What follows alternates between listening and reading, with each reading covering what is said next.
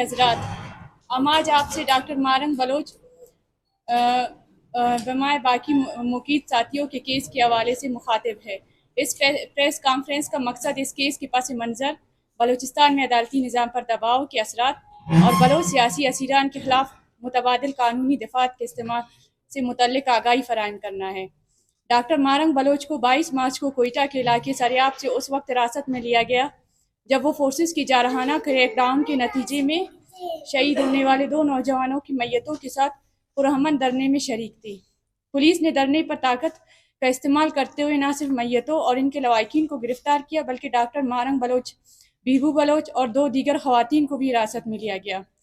گرفتاری کے پہلے روز کوئی وجہ بیان نہیں کی گئی، تاہم اگلے روز ضلعی انتظامیہ نے میڈیا پر بریفنگ میں اطلاع دی کہ ڈاکٹر مارنگ بلوچ کو سیکشن 3 MPO کے تحت حراست میں لیا گیا ہے۔ ہم اس موقع پر یہ وضاحت کرنا چاہتے ہیں کہ 3 MPO ایک قانونی عمل ہے جس کا نفاذ 2011 میں کے ایکٹ کے تحت کیا جاتا ہے۔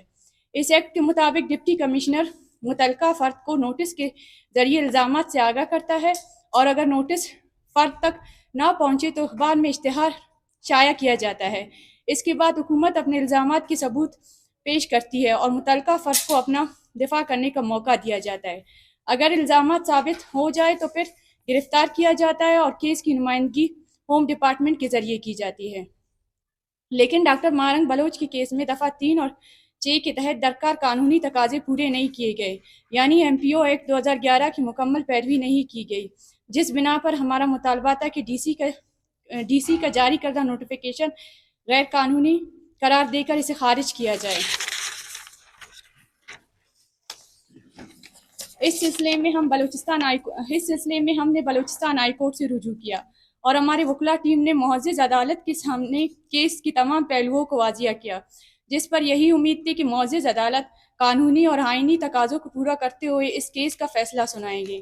لیکن افسوس کہ معزز عدالت حکومت کے سامنے اپنی آئینی اور قانونی اختیارات سے دستبردار ہو گئے۔ گزشتہ 3 دن سے ڈاکٹر مارنگ بلوچ کی کیس میں فیصلہ متوقع تھا۔ جمعرات کے روز دلائل مکمل ہونے کے بعد جمعے کو فیصلہ سنایا جانا تھا، لیکن ریاستی دباؤ کی بنا پر مسلسل تاخیر کی گئی۔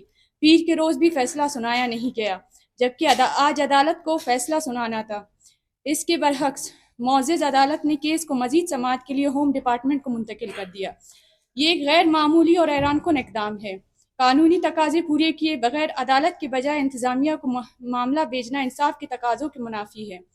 اگر عدالت ہمارے خلاف فیصلہ بھی سنا دیتی تو ہمارے پاس سپریم کورٹ جانے کا قانونی حق موجود ہوتا۔ تاہم اس فیصلے کے نتیجے میں اب ہمارے لیے سپریم کورٹ کا راستہ بھی وقتی طور پر بند ہو چکا ہے۔ ہوم ڈپارٹمنٹ کی جانب سے بنائی جانے والی کمیٹی جو بیوروکریٹس پر مشتمل ہوگی، اس کیس کا فیصلہ کرے گی۔ اس کمیٹی کے فیصلے کے لیے کوئی مقررہ مدت نہیں، وہ ایک دن لے یا 1 سال، کوئی پابندی نہیں۔ اگر کمیٹی کا فیصلہ بھی خلاف انصاف ہوا تو ہمیں دوبارہ ہائی کورٹ سے رجوع کرنا پڑے گا اور وہاں سے سپریم کورٹ تک جانا ہوگا۔ یہ ایک جان بوجھ کر بنائی گئی پیچیدہ راہداری ہے جس کا مقصد صرف تاخیر اور انصاف سے انکار ہے۔ واضح رہے کہ اس کیس میں ڈاکٹر مارنگ بلوچ کے ساتھ ساتھ BYC کے دیگر کارکنان کی کیسز کو بھی شامل کیا گیا ہے اور اس فیصلے کا اطلاق ان تمام کیسز پر ہوگا۔ معزز صحافی حضرات، یہ تمام تفصیلات اس امر کی نشاندہی کرتی ہیں کہ اس کیس میں جان بوجھ کر تاخیر کی جا رہی ہے اور قانونی تقاضوں کو نظر انداز کر کے غیر قانونی اقدامات کو فروغ دیا جا رہا ہے۔